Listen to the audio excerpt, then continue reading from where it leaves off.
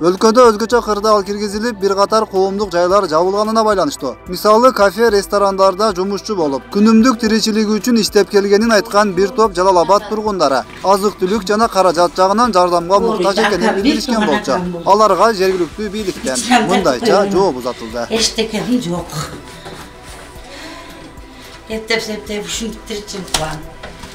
Бирок ун сурадым эле. Берип турчу. Продуктум жок, унум жок.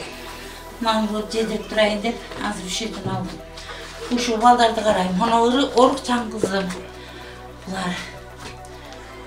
Мына орукчан. İçinden operasyon oluşup şunu bağlamı kal. Mına orukcan kızım. Yaşayım bakalım. Yaşıyormuş ol. Yaşavatam ettim septep. Beni silasla Kuday Allah razı olsun деп. Hatırlarım.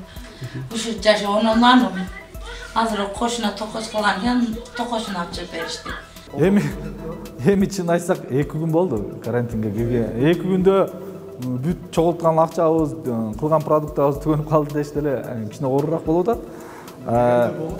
Негизи эгер бүгүнкү күндө азыр 100 тонна un келди, күн помуш, май келди. Эгер ошондой жок болуп калган болсо, ал жардам иретинде келди, биздин жардам берген. Ошолорго кайрылса, бизге деле жергиликтүү айыл өкмөткө эле кайрылсын, алар ошол жерден бекер un майын алып бергенге аракет жасайбыз. Бул өзү ушундай күн помуш алган инсан бул жараткан мындайча айтканда динде дагы дал келбейт. Бул тилемчиликке туура келип калгандай болуп калат да. Ошон үчүн бүгүнкү күндө андай муктаждык жок болсо, анда алам деп аракет жасоону токтотушубуз керек. Азык-түлүк 1 айдан бери түгөнүп бүттү. Элибиз кыйналып жатат.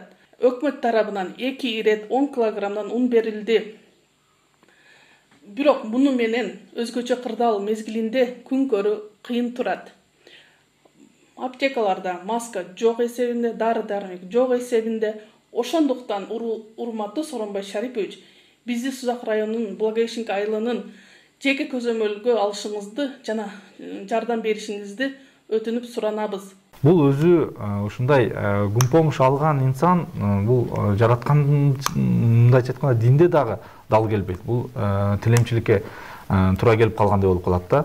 Ошон үчүн бүгүнкү күндө андай муктаждык жок болсо, анда алам деп аракет жасоону токтотушубуз керек.